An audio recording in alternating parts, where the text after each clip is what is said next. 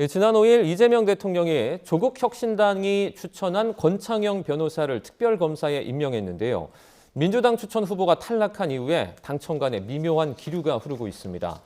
출범 준비에 돌입한 2차 종합특검 관련 내용과 윤석열 전 대통령 부부와 관련된 재판 소식 함께 정리해 보겠습니다. 이승훈 변호사, 최진영 변호사 나오셨습니다. 어서 오세요. 안녕하십니까. 자, 먼저 이 민주당이 김성태 전 쌍방울 회장의 변호인을 2차 특검 후보로 추천했던 것과 관련해서 이 당 내부가 상당히 좀 시끄러운 상황인데요. 이제 부적절하다라는 평가가 계속해서 나오고 있습니다. 당내 반발하는 이유는 어느 정도 예상 가능한 것 같아요. 반발이 좀 심할 것 같아요. 조금 추천 인사가 정말 잘못됐다 이런 생각이 드는데요. 네. 일단 추천이라고 하는 것은 공당이기 때문에 여러 사람들에게서 추천을 받아야 되거든요. 네, 지금 이성윤 의원의 페이스북에 올라온 것을 보면 자신이 정청래 대표에게 특검 후보 2명을 추천한 것 같아요. 판사 출신, 검사 출신. 네네.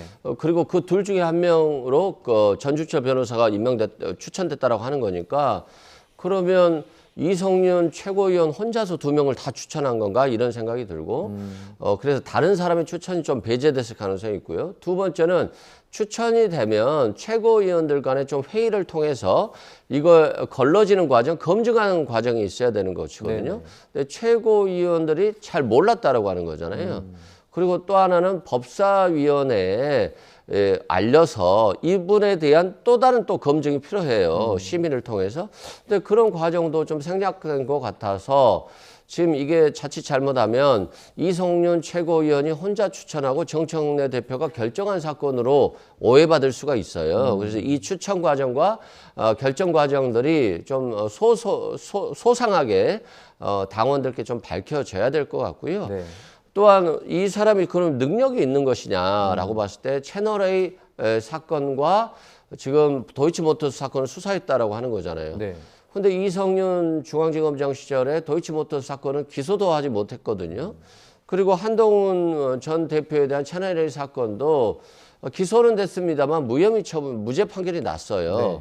그렇다고 한다면 성과도 내지 못했고 실제 제대로 한 게 있는지라는 의문이 있어서 상당히 이 추천과 결정 과정에 있어서 문제가 있기 때문에 조금 후폭풍이 조금 클 것으로 보여집니다. 네, 지금 조금 전에 정청래 대표가 당의 인사검증 실패로 대통령께 누를 끼쳐서 죄송하다라면서 이제 박수현 수석 대변인 통해서 입장을 밝히기도 했거든요.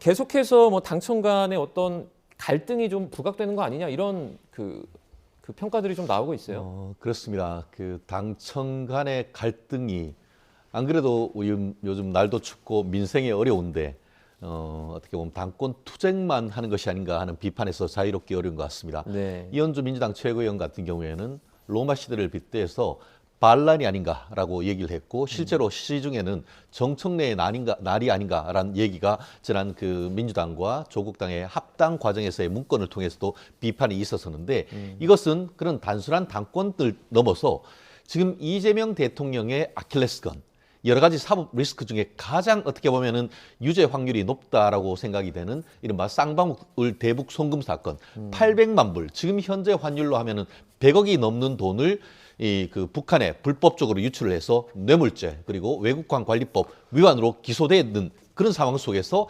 대통령이 지금 당선됐기 때문에 헌법 규정에 의해서 재판이 정지되어 있는 것일 뿐이지 이것이 다시 재개될 경우에는 사실 이재명 대통령이 굉장히 높은 형이 받을 가능성, 특히 이화영 실무를 맡았던 경기 부지사 같은 경우에는 이건으로 해서 제가 기억하기에 7년 8개월인가의 실형을 선고를 받아서 복역 중인 것 아니겠습니까? 그 사건에서 이재명 대통령의 반대편에 서 있다고 할 수 있는 쌍방울 회장과 관련되는 사건을 변호했던 사람을 이 사건에 지금 특검 후보로 추천을 했다. 그렇죠. 아마 이재명 대통령으로서는 아마 경로했을 가능성이 있지 않을까. 지금은 불쾌감을 표현했다라고 하지만 이것을 처음에 보고를 받았을 때 이재명 대통령이 어떤 반응을 보였을지에 대해서 많은 국민들이 궁금해하는 것 같습니다. 네. 결국 이런 상황 속에서 지금 정청래 대표가 뭐 얼마 전 그 어떻게 보면은 다른 사건 같은 경우에 유감이다 이런 정도로 했지만 이 사안에 대해서는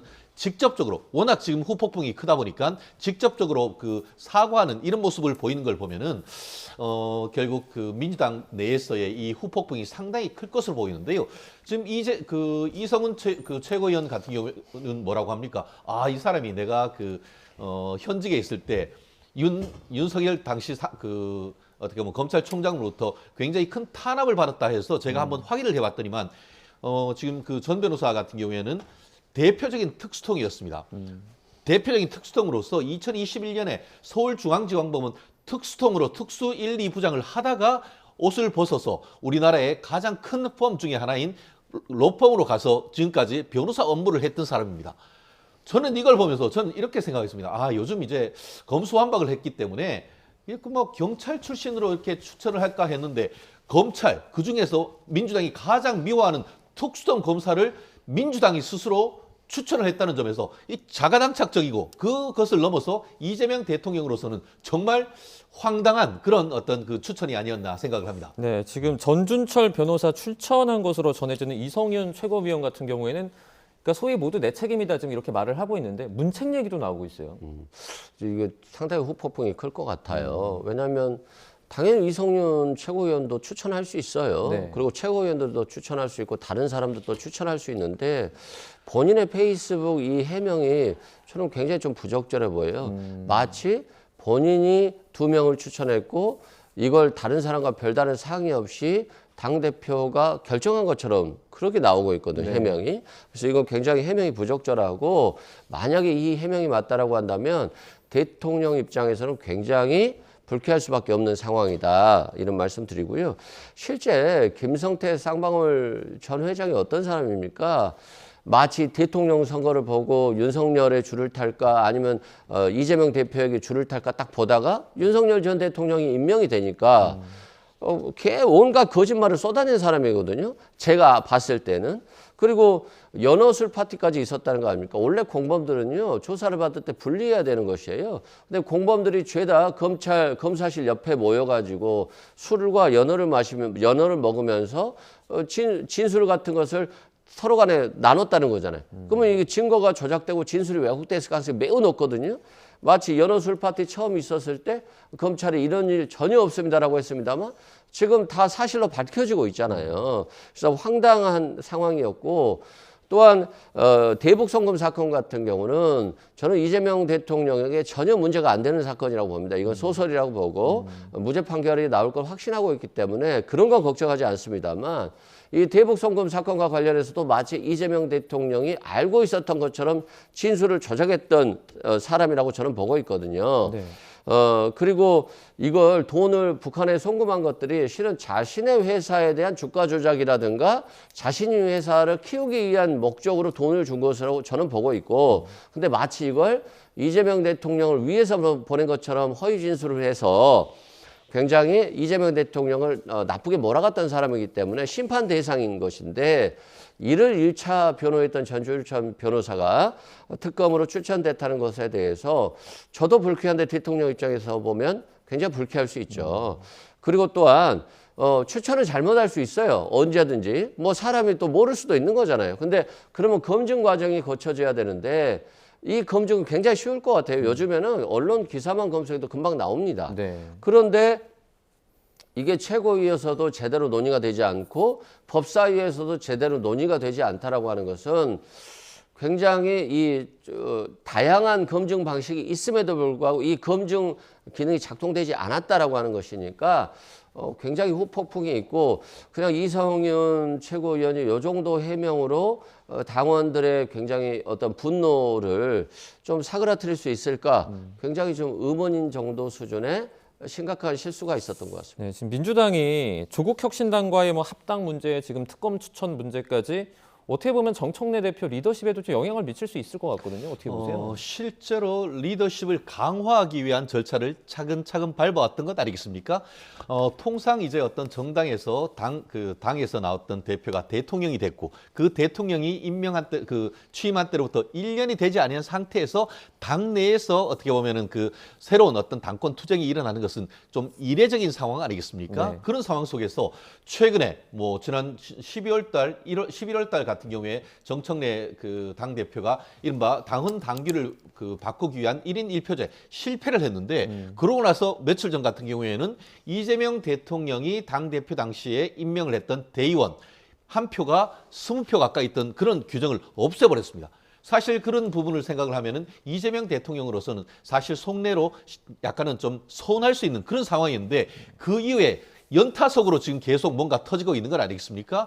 특히 그 조국 당대표와의 어떤 서로 합당 얘기, 그리고 그 뒤에 나왔던, 그건 뭐 관계없다라고 했습니다만, 내부적으로 만들어진 합당 관련된 일정과 그에 따르는 서로 어떻게 보면은 공천이나 당직에 대한, 계획에 대한 문건, 그런 것들이 나왔을 때 본인은 모른다라고 했는데 이제는 그 정도의 어떤 정치적인 것을 넘어서 이재명 대통령의 가장 아픈 부분을 거꾸로 찌르는 이런 부분을 얘기를 하고 있다 보니까 지금 제가 확인을 해봤더니만 민주당의 이건태 민주당 의원 이재명 대통령의 대장동 변호인이었다가 지난번에 금배지를 받은 분 같은 경우에 뭐라고 했느냐.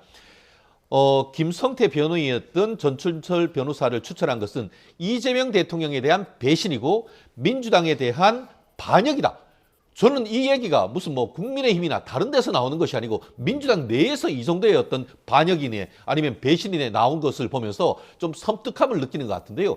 그러면서 지금 이성윤 최고위원에게 같은 검찰 출신이면서 최고위원 사퇴하라고 얘기하고 있습니다. 이번 사안은 단순히 지금 뭐 어떻게 보면 최대한 빠르게 정청래 대표가 이렇게 사과를 하고 수습을 하기 위해서 나왔습니다만 이후 폭풍이 단순히 사과로 끝날 것인지 오히려 다가오는 6월 달에 있는 지방선거, 나아가 8월 달에 있을 민주당 이 당 대표 선거에도 상당 부분 어떤 식으로든 영향을 미칠 가능성이 굉장히 클 것이다라고 오히려 그리고 또 이 사안이 어떻게 보면 당의 분란으로 확대될 가능성이 조금 더 높게 예측된다고 봅니다. 네, 말씀해 주신 것처럼 민주당 내용이 좀 가시화하고 있는 가운데 2차 종합특검은 출범 준비에 속도를 내고 있습니다. 이 수사팀 구성에 분주한 모습인데요. 조국 혁신당이 추천해서 지난 5일에 임명이 된 권창영 특검의 소감을 듣고 오시죠. 아직 내란이라든지 계엄에 가담한 행위 전반에 대해서 밝혀지지 못한 사실이 많기 때문에 제로 베이스에서 다시 검토할 겁니다. 그래서 다시 평가를 할 것이고 그렇기 때문에 재탕이라는 표현은 부적절합니다. 네, 사건을 제로 베이스에서 검토하겠다라면서 이제 3대 특검의 어떤 재탕 아니냐라는 그 비판에 좀 확실히 선을 긋는 모습이었습니다. 최장 170일인데요. 이 안에 남겨진 의혹들을 좀 속속들이 다 밝혀낼 수 있을까요? 실제 170일이라고 하는 것이 굉장히 길어 보이지만 그렇게 길지 않거든요. 굉장히 짧은 시간이에요. 그래서 성과를 내야 된다는 부담감이 있습니다.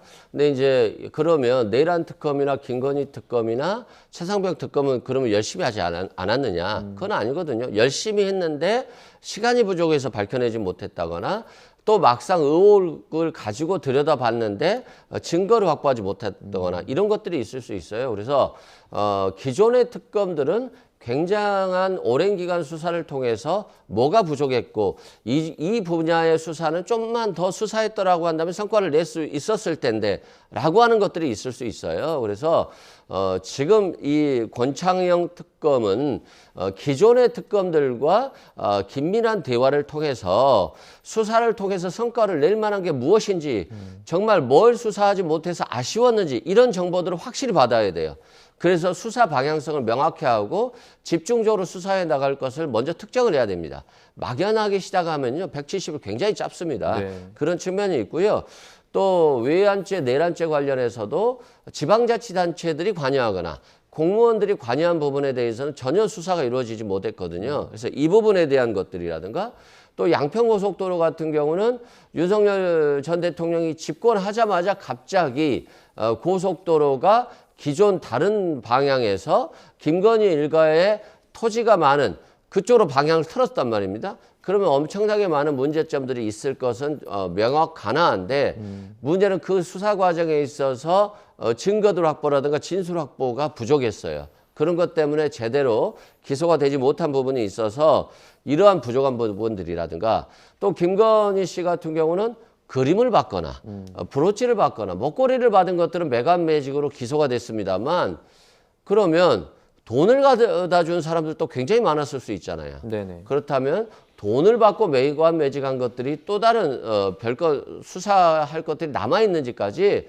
여러 가지 관점에서 봐야 되기 때문에 수사를 빨리 하는 것보다는 전 특검들에게 소상의 정보를 받고 무엇을 집중적으로 할 것인지에 대한 논의가 좀 중요하지 않나 싶습니다. 네, 변호사님께도 좀 같은 질문을 드려보고 싶은데 예전에 있었던 3대 특검이 어쨌든 조금 부족하다라는 그 평가를 받는 부분이 있지 않습니까? 이런 것들을 좀 극복하려면 어떤 수사에 좀 집중을 해야 될까요? 부족한 게 아니고 너무 흘러 넘쳤죠.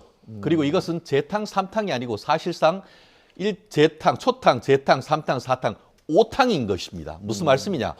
이 사안이 12.3 비상 어떻게 보면 계엄 있은 이후에 검찰이, 경찰이, 공수처가 각각 백가쟁명씩 수사를 하는 것이 1탕, 2탕, 3탕입니다. 나아가 지난 그 3대 특검에 있었던 내란 특검이 4탕째였던 것이고 4탕 하고 나서 이제는 5탕째 하고 있다라고 보이는 것이죠. 그런데 이렇게 했는 결과가 뭐가 나오겠죠? 사실상 김건희 특검 같은 경우에도 태산, 명동, 서일필 다 하고 했었는데 다 무죄가 나와버리고 기껏 나오는 것이 무슨 증거인멸 이런 식으로 지금 나온 것 아니겠습니까? 우리가 수사를 왜 하죠? 기소를 위해서 하는 겁니다. 지금 내란 특검 어떻게 했습니까? 내란과 관련해서 기소를 못 했습니까? 내란 우두머리, 내란 중요임무 종사자, 내란 방조 각각 다 기소를 했습니다. 그리고 아까 그 이 변호사님 외환 얘기했는데 외환 유치죄 하다가 안 되니까 뭐라고 했습니까? 일반 이적죄 기소를 했습니다. 네네. 그리고 또 지난번 1월 달에 그 경찰이 들어가서 체포영장 못 하려고 하는데 못했죠. 그걸로 뭐 했습니까? 특수공무집행방해로 기소 못 했습니까? 다 기소를 했는데 지금 뭘 기소를 한다는 것이죠? 최근에 어떤 일이 있었습니까?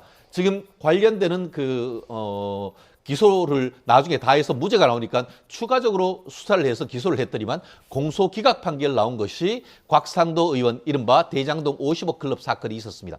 저는 그 곽상도 의원 50억 클럽 자체에 대해서는 저도 굉장히 잘못된 것으로 봅니다만 네네. 적법 절차라는 측면에서 봤을 때는 마치 그 부분에 있어서 새로이 기소했는 범죄수익 은닉죄 위반에 대해서 공소기각 판결이 나왔듯이 이미 다 기소를 했는 사건에 대해서 기본적인 사실관계가 동일한 사건에 대해서 또 다른 5탕째 수사를 해서 기소를 하면은 법원으로부터 공소기각 판결이 나올 것이 뻔한 사건이다라고 봅니다. 그렇기 때문에 이렇게 정치 기소, 나아가 정치적으로 국민의 세금을 낭비하는 것이 과연 적절한지에 대해서는 굉장히 의문이다라는 시각으로 이 사안을 보고 있습니다. 네. 근데 이 부분에 대해서 한 말씀 드리면 네네. 마치 1차 특검이 아무것도 한 것이 없고 했더니 나온 게 아무것도 없는 것처럼 필요 없는 수사를 한 것처럼 얘기하시는데요.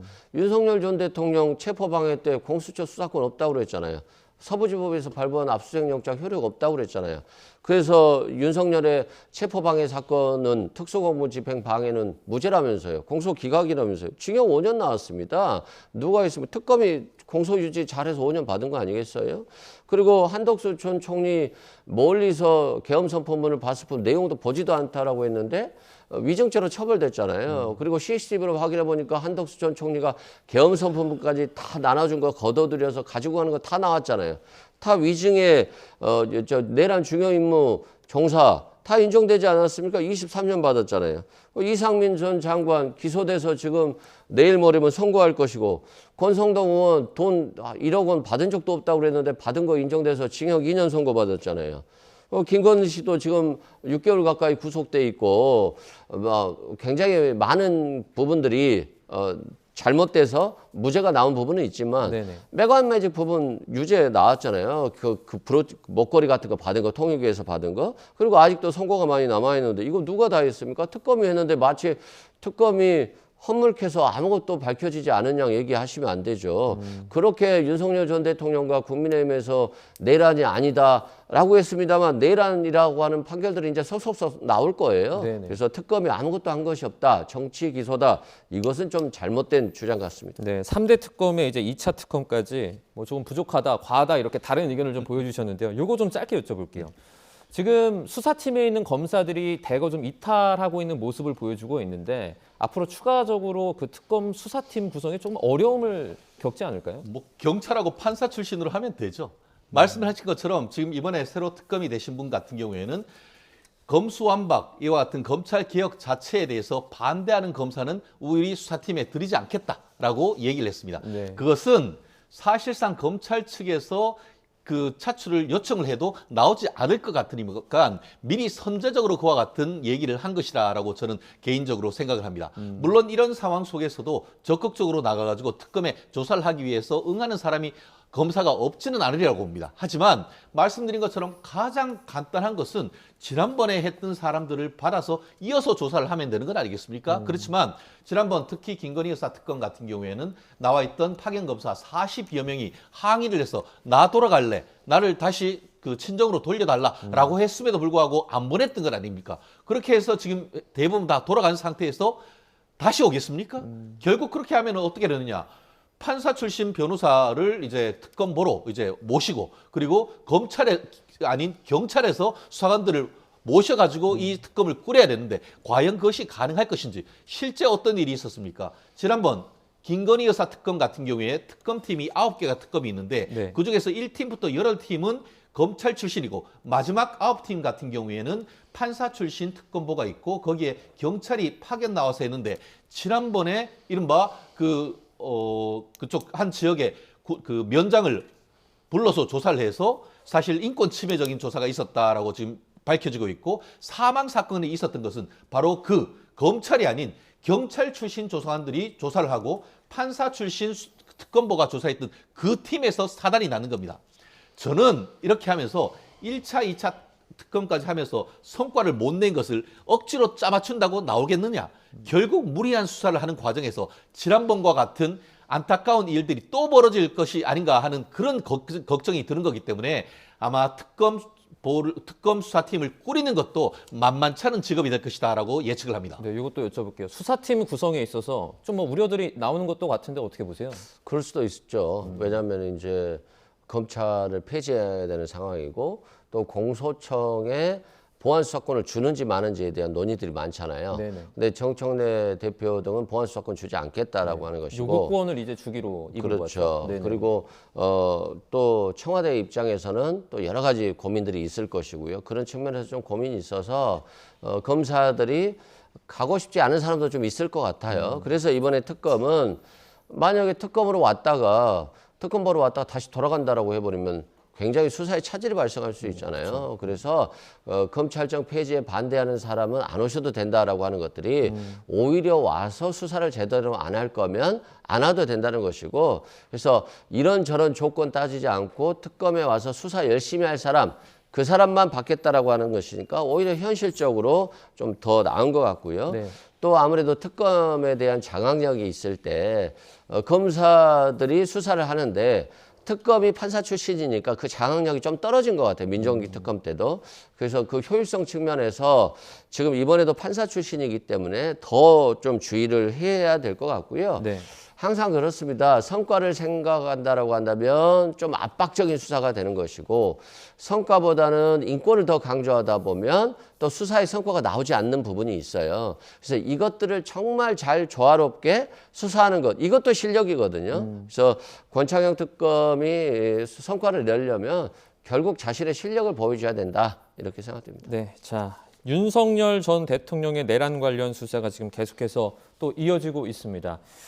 오늘 그 정진석 전 비서실장 경찰 소환에서 조사를 받고 있기도 한데요. 지금 대통령실에서 PC 파기 의혹을 제기를 했는데 이게 어떤 혐의가 적용이 되는 겁니까? 결국 공용물건 손상죄 뭐 이런 것들이 될 것 같습니다. 결국 이 부분과 관련해서 가장 사실 지금 거리에서 있으면서 윤석열 전 대통령을 보좌했던 사람이 전진석 전 비서실장 아니겠습니까? 네네. 그런데 만약에 그렇다고 하면은 제대로 수사를 하고 한다고 하면은 지금 이상민 전 장관처럼 내란죄 중요임무 종사자나 아니면 내란 관련돼서 기소를 해야 되는데 알고 봤더니만 이런 비상계엄을 하는 것을 막았다는 것 아닙니까? 그렇다고 하면 거기에서는 정치적 책임을 면제시켜 주는 것이 맞죠. 그런데 그럼에도 불구하고 지근거리에 있다라는 것으로 해가지고 먼지털이시 탈탈탈탈 털어가지고 그 과정에서 다른 얘기를 하고 있는데 과연 이 부분에 대해서 사실 제대로 수사를 하려고 하면은 결국은 특검에서 불러서 조사를 해서 같이 기소를 해야죠. 그런데 왜 지금까지 제대로 수사를 하지 않고 있다가 미루어 있다가 지금 경찰이 불러서 조사를 하는 것이죠? 저는 이와 같이 사건의 실체적 진실이 뭔지는 저도 알 수는 없습니다. 하지만 수사란 것은 전격적으로 얘기를 하고 밀행성으로 얘기를 한 다음에 기소 여부를 결정해야 되는 겁니다. 그런데 벌써 작년부터 1년이 넘도록 지금 뭐 했는 겁니까? 지금까지 와가지고 불러서 조사한다는 그 사실 자체만으로 지금 과연 사건의 실체적 진실을 밝힐 수 있습니까?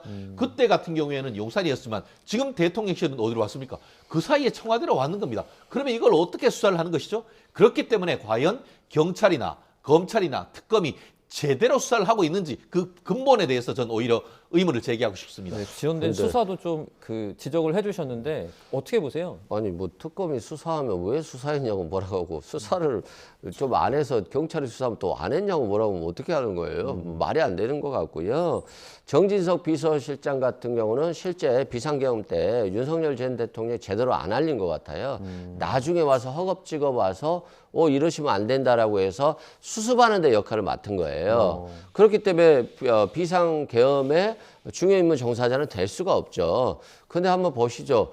그러면 내란 과정에서 개입하지 않고 오히려 수습 과정에서 수습은 했다라고 치면 처벌할 수 없잖아요. 그럼 수사할 수 없잖아요. 수사를 했더니 나온 게 없더라. 그럼 수사 안 해야 되는 게 맞는 거예요. 그런데 문제는 윤석열 전 대통령이 탄핵되자마자 대통령실에 PC를 다 초기화하라고 했다는 거잖아요. 네네. 제철소 용광로에 넣어버려라 라고 하는 것은 모든 증거를 파괴하라고 하는 것이고 그 증거는 12.3 비상계엄이 내란이라고 하는 것을 입증할 수 있는 증거들 아니겠습니까?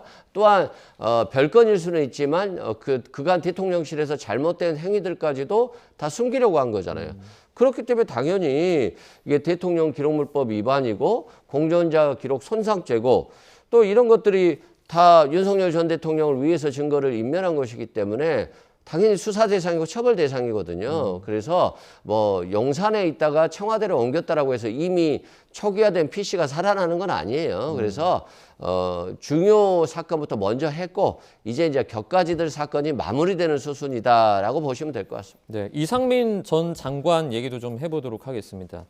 나흘 뒤에 그러니까 이제 이 전 장관 1심 선고 예정이 돼 있는데요. 어떤 혐의를 받고 있죠? 정리를 좀 해주시죠. 한마디로 내란의 중요임무 종사자.